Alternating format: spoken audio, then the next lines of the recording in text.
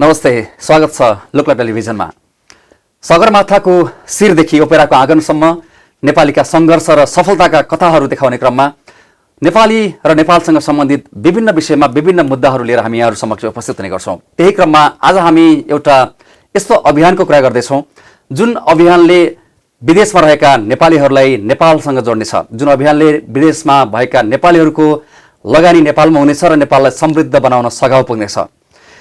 अस्ट्रेलियामा बसेर नेपाल र नेपालीका लागि सोचिरहनुहुने, नेपाल र नेपालीका लागि के काम गर्न सकिन्छ भनेर सोचिरहँदा रहँदै एकजना युवा उद्यमीले एउटा यस्तो अभियानको सूत्रपात गर्न सक्नुभयो जुन अभियानलाई कनेक्ट एनआरएन बिल्ड नेपाल भनेर नाम दिएको छ। त्यो अभियानको सूत्रधार, त्यो अभियानका अभियन्ता ज्ञानेन्द्र कार्की आज हामीसँग हुनुहुन्छ। यो अभियान के हो, यो अभियानले कस कसलाई लाभान्वित बनाउनेछ लगायतका विषयमा आज हामी केन्द्रित भएर उहाँसँग कुराकानी गर्दैछौँ। ज्ञानेन्द्र सर, स्वागत छ यहाँलाई कार्यक्रममा। नमस्ते गणेशजी। सर्वप्रथम म लोकला टेलिभिजनका संयोजक, प्रायोजक महेश परसाई, त्यसपछि गणेश भट्ट, दिपेन्द्रजी सम्पूर्णलाई हार्दिक बधाई दिन चाहन्छु। उहाँहरूले लोकला टेलिभिजनलाई एउटा नयाँ जन्म दिनुभएको छ र यो जन्मको साथसाथै उहाँले समाजमा रहनुभएका विभिन्न व्यक्तित्वहरूलाई पनि जोड्ने क्रममै हुनुहुन्छ, जसमध्ये उहाँले मैले विगतमा थाहा पाएअनुसार उहाँले हेमन्त काफ्ले जस्तो एउटा सिनियर जर्नलिस्टलाई जोडिसक्नु भएको छ, राजु मानन्दर जस्तो व्यक्तित्वलाई उहाँले जोडिसक्नु भएको छ। यो सञ्चार माध्यमको उत्तरोत्तर प्रगतिको सर्वप्रथम म कामना गर्न चाहन्छु। धेरै धन्यवाद ज्ञानेन्द्र सर। यहाँहरू जस्तै उद्यमी, यहाँहरू जस्तै जो यो समाजमा सक्रिय हुनुहुन्छ, यहाँहरूकै मार्गदर्शन, यहाँहरूकै प्रेरणाले नै हामीले यस्ता राम्रा कामहरू गर्दै जाने हो। यहाँहरूको साथको हामीलाई अपेक्षा एज अलवेज छँदै नै छ। धन्यवाद। सबभन्दा सुरुमा यो अभियानकै कुरा गरिरहेछौँ। तपाईँ रिसेन्टली केही महिना अगाडि मात्रै नेपाल बसेर पनि फर्कनुभयो। नेपालमा रहँदाखेरि त्यहाँका राजनीतिक दललाई, नेताहरूलाई, त्यहाँको समाजका अरू अगुवाहरूलाई पनि, त्यहाँको स्टेक होल्डरहरूलाई पनि भेट्ने मौका पनि पाउनुभयो। नेपाल बसाइ कस्तो रह्यो? तपाईँको यो अभियानको बारेमा नेपाल सरकारले, त्यहाँका राजनीतिक दलहरूले अथवा तपाईँले जो भेट्नुभयो उहाँहरूले कस्तो रेस्पोन्स दिनुभयो? त्यहाँबाट कार्यक्रमको सुरुवात गराउन। गणेशजी हेर्नुहोस्, वास्तवमा नेपाल मेरो एउटा अर्कै कारणले गएको थिएँ, एउटा धार्मिक कारणले गएको थिएँ। मेरो पूजनीय गुरु स्वामीजी श्री चिन्नेजीहरू स्वामीजी इन्डियाबाट पाल्नु भएको थियो र नेपालमा हामीले एउटा मन्दिर बनाउने प्रण गर्दै स्वामीजीको हातबाट चाहिँ हामीले मन्दिरको स्थापना गर्ने कार्यक्रम पनि गऱ्यौँ र त्यसको साथसाथै मेरो छोटो अवधिको बसाइमा मैले विभिन्न पोलिसी मेकर्सदेखि त्यहाँका राजनीतिज्ञहरूसँग पनि एउटा गहन छलफलको वातावरण बन्यो र मन्त्रालयभित्रै बसेर पनि हामीले अन्तर्क्रिया कार्यक्रमहरू पनि गर्ने मौका पायौँ। यसै सन्दर्भमा भन्नुपर्दा मैले त्यहाँ पनि विभिन्न माध्यमहरूमा कनेक्ट एनआरएन बिल्ड नेपालको अवधारणा के हो भन्ने कुरा छर्लङ्ग त्यहाँका मेन स्ट्रिम मिडियाहरूमा भनि नै सकेको छु। अब जुन अभियानको हामीले कुरा गर्न खोजिरहेछौँ आज, कनेक्ट एनआरएन बिल्ड नेपाल, यो अभियानको बारेमा स्पष्ट पारिदिनुहोस्। यो अभियान कस्तो अभियान हो? यो अभियानको अवधारणा के हो? कसरी तपाईँ यो अभियानसम्म पुग्नुभयो? यसको उद्देश्य के हो? अलिकति छोटोमा यसको बारेमा विस्तृत अवधारणा के हो, यस बारेमा प्रस्ताइदिनुहोस् न। हेर्नुहोस्, अब विदेश बस्ने क्रममा म विगत 1 दशकभन्दा माथि भयो अस्ट्रेलियामा बस्दै आफ्नो कार्यक्षेत्र व्यवसायमा कार्य गर्दै आएको र यसै क्रममा व्यवसायलाई अगाडि बढाउने क्रममा मैले के देखेँ भने नेपालबाट हामी आएका लाखौँ बुद्धिजीवी, व्यवसायी, विद्यार्थी र विभिन्न पेसामा आबद्ध रहनुभएका वर्गहरूलाई सम्बन्धन काहीँ न काहीँ गर्नुपर्छ र त्यो सम्बन्धन गर्ने क्रममा हामी यहाँको नागरिकता लिइसकेको कारणले गर्दा हामी त्यहाँको प्रत्यक्ष राजनीतिकमा जान नसक्ने भएको कारणले गर्दाखेरि नेपालको समृद्धि र विकास र त्यहाँ भएका लाखौँ व्यक्तिहरूको मुहारमा कसरी मुस्कान ल्याउन सकिन्छ त्यो क्रमलाई जोड्ने क्रममा चाहिँ यसको नामबाटै पनि स्पष्ट हुन्छ, कनेक्ट एनआरएन, जुन चाहिँ 365 भन्दा बढी दिन नेपालबाट बाहिर बस्नुभएका विभिन्न व्यक्तिहरूलाई कनेक्ट गरेर नेपालको मूलभूत विकासमा जोड्ने नै यो कार्यक्रमको मुख्य उद्देश्य हो। यसको सुरुवात कहिले कसरी भयो? जस्तो तपाईँको यसको त सूत्रधार तपाईँ हुनुहुन्छ, यसको कन्सेप्ट ल्याउने मान्छे तपाईँ हुनुहुन्छ होइन? यो अवधारणा जन्माइसकेपछि तपाईँले बिस्तारै अब नेपालमा जाँदाखेरि त्यहाँ केही कार्यक्रमहरू गर्नुभयो, यहाँ पनि केही कार्यक्रमहरू गर्दै हुनुहुन्छ, केही गर्ने क्रममा पनि हुनुहुन्छ। यो अभियानसँग जोडिने क्रम पनि बढिरहेको छ होला, विभिन्न देशहरूबाट, अस्ट्रेलियाबाट पनि बढिरहेको छ होला। यसको सुरुवात कसरी भयो, अभियानमा जोडिने क्रम कस्तो छ, अहिलेसम्मको रेस्पोन्स कस्तो छ, यहाँबाट रेस्पोन्स कस्तो पाउनुभएको छ? होइन, यसमा कस्तो छ भन्नुहुन्छ भने मैले विभिन्न देशका एफडिआईहरूलाई चाहिँ फरेन डाइरेक्ट इन्भेस्टमेन्ट्सका पोलिसिजहरूलाई हेरिसकेपछि कुनै पनि देशको आन्तरिक उत्पादकत्व प्रोडक्सन्स बढाउनको लागि र इकोनोमीमा क्यास इन्फ्लो गराउने सबैभन्दा राम्रो माध्यम नै फरेन डाइरेक्ट इन्भेस्टमेन्ट रहेछ। त्यो भएको कारणले गर्दा हामी जस्तो नेपाल एउटा विकसशील राष्ट्र, जुन हामीले त्यहाँ आफ्नो बाल्यकाल बितायौँ, हाम्रा पुर्खाहरूले त्यहाँ धेरै काम गर्नुभएको छ र हामी पनि वास्तवमा नेपालको माटोसँग अझै पनि जोडिराखेकै अवस्थामा छौँ। यहाँको नागरिकता लिए तापनि अझै हामी त्यहीँको माटोसँग रमाउँछौँ। त्यसैले गर्दा अब नेपालको आर्थिक प्रगति र समृद्धि कसरी सम्भव हुन सक्छ त?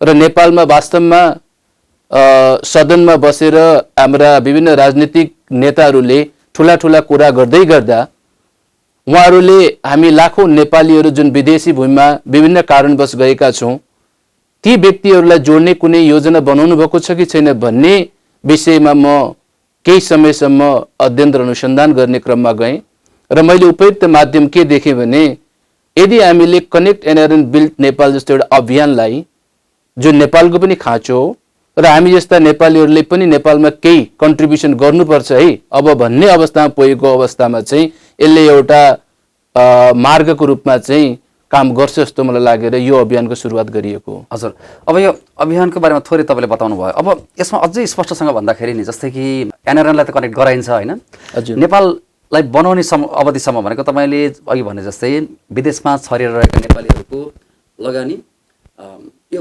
अभियान मार्फत नेपालसम्म पुग्छ र नेपालमा यसलाई चाहिँ विकासका विभिन्न पूर्वाधारहरू निर्माणका लागि प्रयोग गरिनेछ भनेको यो चाहिँ एउटा व्यावसायिक हिसाबले, व्यापारिक हिसाबले जान्छ कि यसमा चाहिँ मुनाफाको कुराहरू पनि हुन्छन् कि यसमा चाहिँ तपाईँको गभर्मेन्टसँग गरिने एग्रिमेन्टहरू हो कि अथवा कुनै अर्को संस्था मार्फत जाने हो कि कसरी जाने हो, त्यसको बारेमा रोडम्यापहरू तयार भइसक्यो? हजुर, यसमा म के कुरा जोड्न चाहन्छु भने वास्तवमा कनेक्ट एनआरएन बिल्ड नेपाललाई मैले economic reformations and technology transformation through FDI भनेको छु है। फरेन डाइरेक्ट इन्भेस्टमेन्ट को अवधारणा सायद नेपाल सरकारले नेपालभन्दा बाहिर बसेका नेपालीहरूलाई छर्लङ्ग पार्न नसकेको कारणले गर्दाखेरि पनि सायद नेपालमा एफडिआई को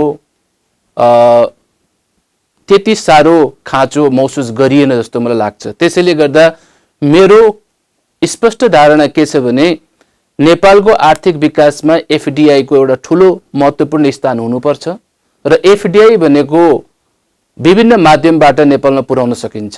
जस्तै नेपाल सरकारले नै दिएका प्रचलित कानुन अनुसार एउटा हाम्रो टेक्नोलोजी ट्रान्सफर्मेसन्समा चाहिँ इन्भेस्टमेन्ट गर्ने आधारहरू छन्। दोस्रो हाम्रो चाहिँ भेन्चर फन्ड, मैले बारम्बार भन्ने गरेको छ भेन्चर फन्ड, यो फन्ड हामीले विभिन्न व्यक्तिहरूसँग समूहसँग मिलेर चाहिँ नेपालमा पुर्याउन सक्छौँ। त्यसै गरी नेपालभन्दा बाहिर रहेका नेपालीहरूले खोलेका विभिन्न सङ्घ संस्थाका ब्रान्च अफिसहरू र ब्रान्च एउटा सब्सिडिज कम्पनीहरू चाहिँ नेपालमा स्थापना गरेर त्यहाँ स्वरोजगार बनाउने र त्यहाँको इकोनोमी, इन्टरनल इकोनोमीलाई चाहिँ बलियो बनाउने पनि आधार मैले देखेको छु एफडिआई को तर्फबाट। अब लगानीको कुरा जस्तो गैर आवासीय नेपालीको हामीले कुरा गरिरहँदाखेरि गैर आवासीय नेपाली सङ्घहरूले विभिन्न देशमा जहाँ जहाँ छन् उनीहरूले पनि नेपालमा नलेज ट्रान्सफर गर्ने, लगानी भित्राउने विषयमा थुप्रै बहसहरू, मुद्दाहरू धेरै अगाडिदेखि हामीले सुनेकै हो, हामीले पनि सुन्नुभएको छ, हामीले पनि सुनेका छौँ। तर लगानी भित्राउने सन्दर्भमा चाहिँ सामूहिक रूपमा लगानी चाहिँ अहिलेसम्म पनि गैर आवासीय नेपाली सङ्घहरूले त्यति धेरै गरेको देखिँदैन होइन। व्यक्तिगत हिसाबले गरे पनि सामूहिक लगानीको हिसाबले चाहिँ उनीहरू पनि पछि नै परेका छन्। भनेको गैर आवासीय नेपाली सङ्घ जस्तो त्यति ठुलो सञ्जाल पनि लगानी भित्राउने क्रममा अथवा नेपालमा लगानी गर्ने क्रममा चाहिँ त्यति सफल भएको देखिँदैन। तपाईँले यो अभियानलाई गैर आवासीय नेपाली सङ्घसँग भन्दा पनि यो अलग अभियान हो भनेर भनिरहनु भएको छ एउटा कुरा। हजुर, अर्को कुरा चाहिँ त्यति ठुलो संस्थाले चाहिँ पनि नेपालमा लबिङ गरेर पोलिटिकल लेभलमा अथवा विभिन्न तहमा लबिङ गरेर पनि लगानी भित्राउन नसकिरहेको सन्दर्भमा तपाईँ एकजना व्यक्तिले सुरु गर्नुभएको यो अभियानले नेपालमा लगानी भित्राउने र एफडिआईको पनि नयाँ मोडेल तयार गर्ने कुरामा कति सफल हुन्छ जस्तो तपाईँलाई लागेको छ? अत्यन्तै राम्रो प्रश्न गर्नुभयो गणेशजी, यसको लागि धेरै धेरै धन्यवाद छ। एनआरएनए र एनआरएनमा तात्विक अन्तर छ। एनआरएनए भनेको एउटा नन प्रफिट अर्गनाइजेसनको रूपमा मैले हेरेको छु र त्यसको कन्स्टिट्युसनले पनि त्यसै अनुसार काम गर्छ जस्तो मलाई लाग्छ। आर्थिक मुद्दामा यो चुकेको छ र उहाँहरूले के बोल्नुभयो र के गर्नुभयो भन्ने कुरामा म जान चाहदिनँ। एनआरएन भनेको त्यो संस्था पनि एनआरएनए पनि हुनको लागि एनआरएनकै माध्यमबाट एनआरएनए हुनुपर्छ जस्तो मलाई लाग्छ। एनआरएन नभइकन एनआरएनए संस्था बन्दैन थियो। तर उहाँहरू कहाँ चुक्नुभयो अथवा उहाँहरूले कहाँ चाहिँ आफूले आफूलाई उभ्याउन सक्नु भएन भने प्र्याक्टिकली कतिपय कुराहरू हामीले बोल्छौँ, बोलिसकेपछि त्यो कुराको असर चाहिँ जनमानसमा पर्दछ भन्ने कुरो चाहिँ उहाँहरूले हेक्का राख्नु पर्थ्यो। एनआरएनएले चाहिँ आजसम्म विभिन्न मञ्चमा खडा भएर कुरा गर्दै गर्दाखेरि आर्थिक समृद्धिसँग जोडिने कुन कुन बुदालाई उहाँहरूले कुन कुन माध्यमबाट नेपालसँग जोड्ने काम गर्नुभयो त्यो कुरा उहाँहरूले कहिले पनि स्पष्ट कुरा राख्नु भएन। यहाँ हामी प्लान, पोलिसिज र एक्जिक्युसनका कुरा उठाउँछौँ है। र एफडिआई जस्तो मुद्दामा उहाँहरू कतिको दरो र दिगो तरिकाले नेपाल सरकारसँग चाहिँ बार्गेन गर्न सक्नुभयो। बार्गेन भन्दाखेरि पनि नेपालकै प्रचलित कानुनले दिए अनुसारको एफडिआईको परिधिभित्र बसेर उहाँहरूले आफ्नो योजना बनाउनु भयो या बनाउनु भएन। सायद उहाँको कन्स्टिट्युसनहरू पनि बाधा हुन सक्छ यसमा है। त्यो भएको कारणले गर्दाखेरि कनेक्ट एनआरएन बिल्ड नेपाल कुनै संस्थासँग कुनै वैरभाव राख्दैन, किनभने त्यो संस्था पनि नेपालकै हितको लागि र नेपालीकै हितको लागि बनाइएको संस्था हो जस्तो मलाई लाग्दछ। त्यसैले गर्दा कनेक्ट एनआरएन बिल्ड नेपाल एकजना व्यक्तिले सोचेको र परिकल्पना गरेको होइन। यो आवश्यकता र परिस्थितिले सिर्जना गरेको र नयाँ इकोनोमीलाई बुस्ट गर्नको लागि चाहिँ विश्व ग्लोबलाइजेसनको वर्ल्डमा चाहिँ एफडिआई को ठुलो भूमिका रहन्छ। र विकसित राष्ट्रमा पनि यदि तपाईँले हेर्नुभयो भने मैले डाटा हेर्दै जाँदाखेरि अमेरिका जस्तो राष्ट्रमा पनि 133% को एफडिआई ग्रोथ मैले एभ्री इयर देखेँ। त्यो भएको कारणले गर्दा विकसित राष्ट्रहरूमा 29.6% को डाटा मैले पाइरहेको छु ग्रोथ है। अब हामी एसिया पेसिफिकमा बस्दै गर्दा र कुरा गर्दै गर्दा पछिल्लो अवस्थामा भारतले 2022 को फाइनेन्स फिजिकल एयरलाई हेर्ने हो भने $60 बिलियन को एफडिआई भित्र आएको छ। यसको तात्पर्य के हो भने कुनै पनि राष्ट्रले विकास गर्नको लागि एफडिआई को ठुलो भूमिका हुन्छ। त्यसलाई चाहिँ एक्सटर्नल फाइनेन्शियल रिसोर्सेस पनि भन्न सकिन्छ र त्यो एक्सटर्नल फाइनेन्शियल रिसोर्सेसले आन्तरिक रिसोर्सेससँग जब समन्वय गर्छ त्यसले निकाल्ने उत्पादकतामा चाहिँ धेरै ठुलो मात्रामा चाहिँ फरक पार्दछ र त्यो उत्पादकताले के गर्दछ भने त्यो राष्ट्रमा एउटा हाम्रो स्वरोजगार बनाउँछ, त्यहाँको जनताहरूलाई सचेत बनाउँछ, विश्व बजारमा जोड्ने काम गर्दछ र ग्लोबल इकोनोमीको मोबिलाइजेसनमा चाहिँ एउटा ठुलो क्रान्तिको रूपमा निस्किन्छ। त्यसैले गर्दा यो मैले अभियानलाई एउटा आर्थिक क्रान्ति पनि भन्ने गरेको छु र नेपालको समृद्धि र विकासमा यसले ठुलो योगदान पुर्याउँछ जस्तो मलाई लाग्दछ। अब यो जस्तो अभियान र नेपालमा लगानी लगेर त्यहाँ कुन कुन क्षेत्रलाई आर्थिक समृद्धिमा लैजाने अथवा कुन कुन क्षेत्रमा लगानी गर्ने भन्ने कुरामा नि जस्तो तपाईँले अघि नै भनिसक्नुभयो धेरैजसो जो यसमा लगानी गर्न इच्छुक हुनुहुन्छ एनआरएनहरू उहाँहरू चाहिँ सम्भवतः विदेशको पासपोर्ट लिइसक्नु भएको पनि हुनसक्छ। हजुर, विदेशको पासपोर्ट लिएको अथवा विदेशीहरूको लागि नेपालमा लगानी गर्ने वातावरणको कुरा गर्दाखेरि त्यस्तो लगानी मैत्री वातावरण छैन होइन। एक किसिमले त्यसरी छैन। अर्को किसिमले भन्ने हो भने नेपालमा आर्थिक स्रोत भनेको मुख्य स्रोत रेमिट्यान्स र राजस्व मात्रै देखिन्छ अहिले। हजुर, भनेको अर्थ तपाईँले चाहिँ भन्न खोज्नु भएको एनआरएनहरूको लागि लगानी गर्ने वातावरण अलिक धेरै बनाइदिनु पर्यो, अलिक धेरै क्षेत्रमा लगानी गर्ने वातावरण बनाउनु पर्यो, बरु त्यसको प्रतिफल चाहिँ नेपालले लिन सक्छ त्यसबाट भन्ने तपाईँको अभियानको मुख्य मर्म होइन त? हजुर, हुन्छ होइन? त्यही नै हो। तर एफडिआईमा पनि नेपाल राष्ट्र ब्याङ्कका केही समस्या र त्रुटिहरू मैले देखेको छु। ती समस्या र त्रुटिहरूमा उहाँहरूले सुधार गर्नुपर्छ जस्तो मलाई लाग्दछ र मैले बारम्बार भन्दै हुनुहुन्थ्यो नि एफडिआई को कुरामा। हजुर, फरेन डाइरेक्ट इन्भेस्टमेन्ट एफडिआई को मोडेलहरूको बारेमा तपाईँले पनि रिसर्च थुप्रै गर्नु भएको छ यो अभियानसँग जोडेर, किनभने नेपालमा तपाईँले अघि भनिसक्नु भएको छ हजुर, अरू देशहरूमा जस्तै एफडिआई को कन्क्रिट मोडेल छैन, हजुर त्यो कारणले गर्दाखेरि पनि लगानीमा समस्या भइरहेको छ। हजुर तपाईँले सोच्नु भएको, तपाईँले परिकल्पना गर्नुभएको मोडेल चाहिँ कस्तो हुनु पर्यो नेपालको एफडिआई मोडेल? हेर्नुहोस्, अब के छ भने नेपाल 10 वर्ष या 15 वर्ष जस्तो रहेन। नेपाल एउटा अहिले विकसित राष्ट्र भए तापनि नेपालका युवा र नेपाल विभिन्न राष्ट्रमा जोडिसकेका छन्, विकसित राष्ट्रहरूमा जोडिसकेका छन् र विकसित राष्ट्रमा बस्दै गर्दा उहाँहरूले जति पनि जनसङ्ख्या बाहिर जानुभएको छ, राम्रो शिक्षा पाउनुभएको छ, राम्रो ज्ञान सिप पाउनुभएको छ र पुँजी संरचना पनि खडा गरिसक्नु भएको छ। त्यसैले गर्दा परम्परागत रूपमा नेपाल राष्ट्र ब्याङ्कले बनाएको संरचना एफडिआई का अवधारणाहरूमा व्यापक रूपमा परिवर्तन गर्नुपर्छ। मैले अहिलेको स्थितिमा डाटा हेर्दाखेरि नेपालमा 55 वटा राष्ट्रबाट चाहिँ एफडिआई मार्फत पुँजी भित्रिने क्रम छ, जसमध्ये इन्डियाबाट $75.8 बिलियन, तपाईको सिङ्गापुरबाट 15.5 बिलियन, आयरल्यान्डबाट तपाईको $16.5 बिलियन र तपाईको चाइनाबाट $33 बिलियन। भनेको मतलब इन्डिया र चाइना नै अहिले नेपालमा सबैभन्दा बढी एफडिआई भित्राउने मुलुकको रूपमा हेरियो। तर अब तपाईँ ट्रेन्डलाई हेर्नुहोस्, गएको 10 वर्षको ट्रेन्डमा नेपाली युवाहरू सबैभन्दा बढी कुन कुन राष्ट्रमा गए त र के ज्ञान र सिप हासिल गरे त, उनीहरूले कस्तो किसिमको पुँजी संरचना खडा गरे त, त्यो चिजले, त्यो सब्जेक्टले नेपालको आर्थिक विकासमा एफडिआई मार्फत कहाँ परिवर्तन गर्न सकिन्छ, कहाँ विकासका योजनाहरूलाई खोल्न सकिन्छ, यो कुरामा नेपाल सरकार चुकिरहेको जस्तो मलाई लाग्दछ।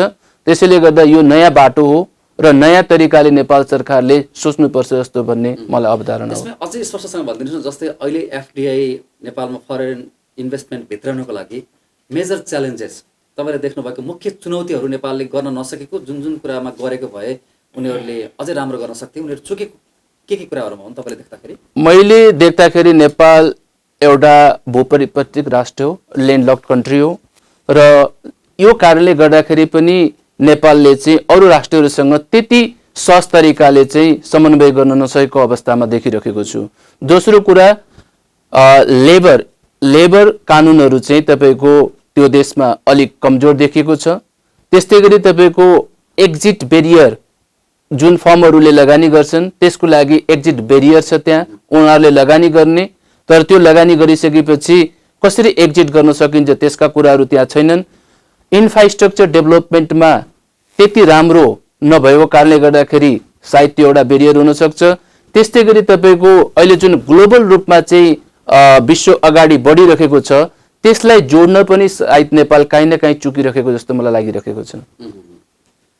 अब तपाईँले अरू देशको पनि उदाहरण दिँदाखेरि र नेपालको पनि हेर्दाखेरि र च्यालेन्जेसलाई पनि हेर्दाखेरि, जस्तो अरू देशहरूबाट नेपालले एफडिआईको मोडलमा सिक्नुपर्ने पनि धेरै कुराहरू देखियो।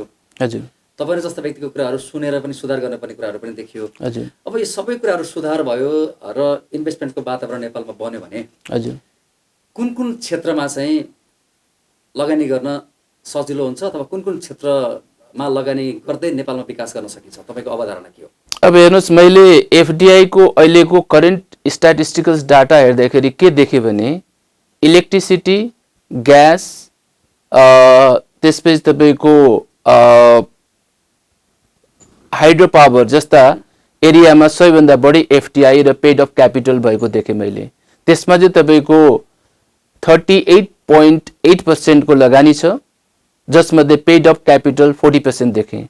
त्यसै गरी सब्जेक्ट तपाईँको सर्भिस सेक्टरमा इन्सुरेन्स र फाइनेन्समा तपाईँको लगभग 29% लगानी देखेँ। फूड एन्ड एकोमोडेसन्समा तपाईँको 5.7% देखेँ। इन्सुरेन्स र फाइनेन्समा तपाईँको 4.8 को हाराहारीमा देखेँ। अब यी सबै स्ट्याटिस्टिकल डाटाहरू हुन् जुन चाहिँ एफडिआईमा अहिले विद्यमान छ नेपालमा। तर मेरो र अहिले हामी जस्तो युवा जो विदेशमा बसिरहेको छौँ सायद यो डाटासँग त्यति रेलिभेन्ट हुन सक्दैनौँ।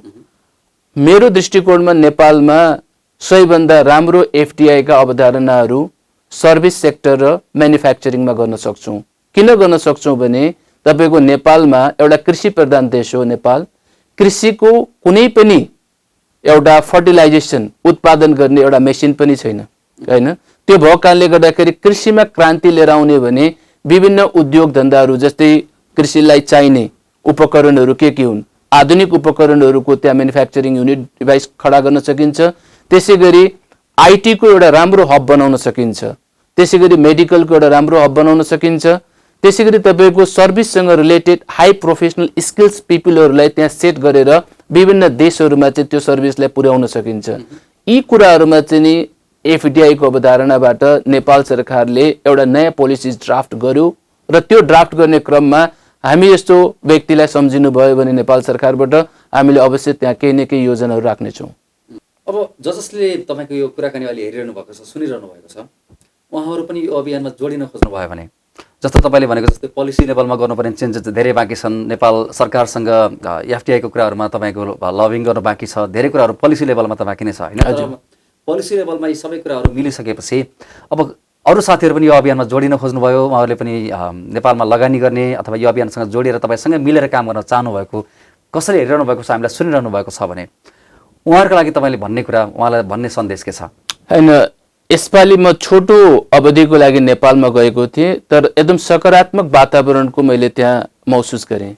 मलाई चाहिँ इन्फ्रास्ट्रक्चर मिनिस्ट्री अन्तर्गत चाहिँ त्यहाँ एउटा सानो अन्तर्क्रिया कार्यक्रम राखिएको थियो र त्यहाँनिर स्मार्ट सिटीको अवधारणालाई उहाँहरूले एनआरएनले चाहिँ यसमा केही सहयोग गर्नुपर्छ र यसमा जोडिनुपर्छ भन्ने कुरा राख्नुभयो। हुन पनि आजको अत्याधुनिक ग्लोबलाइजेसनको युगमा नेपालमा एउटा पनि स्मार्ट सिटी छैन। त्यो भएकाले तर 52वटा स्मार्ट सिटीका अवधारणाहरू चाहिँ सरकारबाट पास गरेर बसेका रहेछन्। त्यसैले गर्दा उहाँहरूले मलाई के भन्नुभयो भने स्मार्ट सिटीमा एनआरएनहरूको भूमिका हामीले हेरिरहेको छौँ, तपाईँले यसमा कसरी योगदान पुर्याउन सक्नुहुन्छ भन्ने कुरामा उहाँहरूले जोड दिनुभयो। त्यसै अन्तर्गत मैले एउटा कमिटमेन्ट पनि गरेर आएको छु, नेपालको पहिलो स्मार्ट सिटीमा एनआरएनहरूले चाहिँ आफ्नो सहयोग पुर्याउनुपर्छ, आर्थिक रूपमा बौद्धिक स्तरमा पनि। त्यसैले गर्दा यो परियोजनामा चाहिँ मैले एउटा आफ्नो एजेन्डा के राखेको छु भने एनआरएन 50% स्टेक होल्डर हुनुपर्छ र नेपाल सरकार 50% स्टेक होल्डर हुनुपर्छ। यदि यो कुरा गर्न सकियो भने एनआरएनहरू पनि उत्साहित हुन्छन् र विभिन्न योजनाहरूमा लगानी गर्न चाहन्छन्। लगानी गरिसकेपछि लगानीको सुरक्षा नेपाल सरकारले गरिदिनुपर्छ। त्यहाँ त्यस परियोजनामा आउने राजनीतिक हस्तक्षेप हुन दिनु हुँदैन। तेस्रो कुरो, त्यहाँबाट आर्जन गरेको मुनाफालाई पुनः त्यहाँ लगानी गर्ने र त्यो लगानी गर्ने वातावरण पनि नेपाल सरकारले बनाइदिनुपर्छ र केही रिसोर्सेसहरू हामीले यहाँ लगाएको कारणले गर्दा हाम्रो लगानीहरूलाई बाहिर ल्याउने वातावरण पनि, सम्बन्धित देशमा ल्याउने वातावरण पनि बनाइदिनुपर्छ। यी विभिन्न कुराहरूमा नेपाल सरकारले यदि ठोस कदम चाल्ने हो भने म के आश्वस्त गराउन चाहन्छु भने तपाईँको कार्यक्रम मार्फतबाट मलाई ज्यादाभन्दा ज्यादा यो संस्थालाई अथवा यो अभियानलाई ज्यादाभन्दा ज्यादा 10 वर्ष लाग्छ, नेपाल पूर्ण स्वरोजगार बनाउन सकिन्छ। नेपालबाट कुनै पनि विदेशी नु पर्दैन, कसैले पनि विदेशमा लासलाई फर्काउनु पर्ने अवस्था आउँदैन। नेपाल पूर्ण रूपमा स्वरोजगार हुन्छ र नेपाल विभिन्न कारणले धनी राष्ट्र छ। त्यो भएको कारणले गर्दा त्यो नेचुरल रिसोर्सेसहरू जस्तै फार्मास्युटिकल कम्पनीजहरू, इन्टरनेसनल फार्मास्युटिकल कम्पनीजहरूको त्यहाँ सब्सिडिज कम्पनी बनाउन सकिन्छ र त्यसले एसिया पेसिफिक भित्रै डिस्ट्रिब्युसन च्यानल खडा गर्न सक्छ। यस्ता विभिन्न परियोजनाहरू हामीसँग छन् जो नेपाल सरकारले चाहेको खण्डमा हामीसँग हातमैलो गर्न सक्छ र नेपाल सरकारसँग विकल्प पनि छैन, किनभने आर्थिक रूपमा नेपाल एउटा जीर्ण अवस्थामा पुगिसकेको छ र नेपालभित्रै रहेका आफ्ना कर्मचारीहरूलाई पनि पेन्सन खुवाउन नसक्ने, भत्ता खुवाउन नसक्ने र तलबै नखुवाउन सक्ने अवस्थामा नेपाल सरकार पुगिसकेको अवस्थाको कारणले गर्दा अबको नेपाल सरकारको विकल्प बनेको र आर्थिक समृद्धिको मार्ग बनेकै कनेक्ट एनआरएन बिल्ड नेपाल हो। उहाँहरूले जबसम्म एनआरएनलाई कनेक्ट गराउन सक्नुहुन्न र सदनमा मात्रै ठुला ठुला र चर्का चर्का भाषण गर्ने र विदेशमा रहेका हामी जस्ता व्यक्तित्वहरूलाई जोड्न नसक्ने अवस्थामा नेपालको विकासको र परियोजनाको कुनै पनि कल्पना नगरौँ। हस् ज्ञानेन्द्र सर, धेरै धन्यवाद यहाँलाई। यो अभियानको विषयमा हामीले यहाँसँग कुराकानी गर्न पायौँ। हाम्रा दर्शकहरूलाई पनि अभियानको बारेमा तपाईँले केही भन्ने अवसर पाउनुभयो, हामी उहाँहरूले पनि तपाईँको कुराहरू सुन्ने अवसर पाउनुभयो। यो अवसरको लागि, यो समयको लागि यहाँलाई धेरै धन्यवाद। पुनः म यहाँ लुक्ला टेलिभिजनलाई हार्दिक धन्यवाद गर्न चाहन्छु। यहाँले हामी जस्तो विदेशमा बसेका व्यक्तिहरूलाई चाहिँ कनेक्ट एनआरएन बिल्ड नेपालको माध्यमबाट तपाईँको बहुचर्चित टेलिभिजन लुक्ला टेलिभिजनबाट हामीलाई प्रसारण गर्ने मौका दिनुभयो। यसको लागि धेरै धेरै धन्यवाद छ गणेशजी। हस्, धन्यवाद। आजको कार्यक्रममा हामीले कुराकानी गऱ्यौँ कनेक्ट एन्ड बिल्ड नेपाल अभियानका विषयमा। यो अभियानका बारेमा हामी आउने दिनहरूमा पनि अरू विस्तृत जानकारीहरू यहाँलाई दिने नै छौँ। आजका लागि भने कार्यक्रमबाट सम्पूर्ण युनिटका साथमा मलाई पनि बिदा दिनुहोस्। नमस्ते।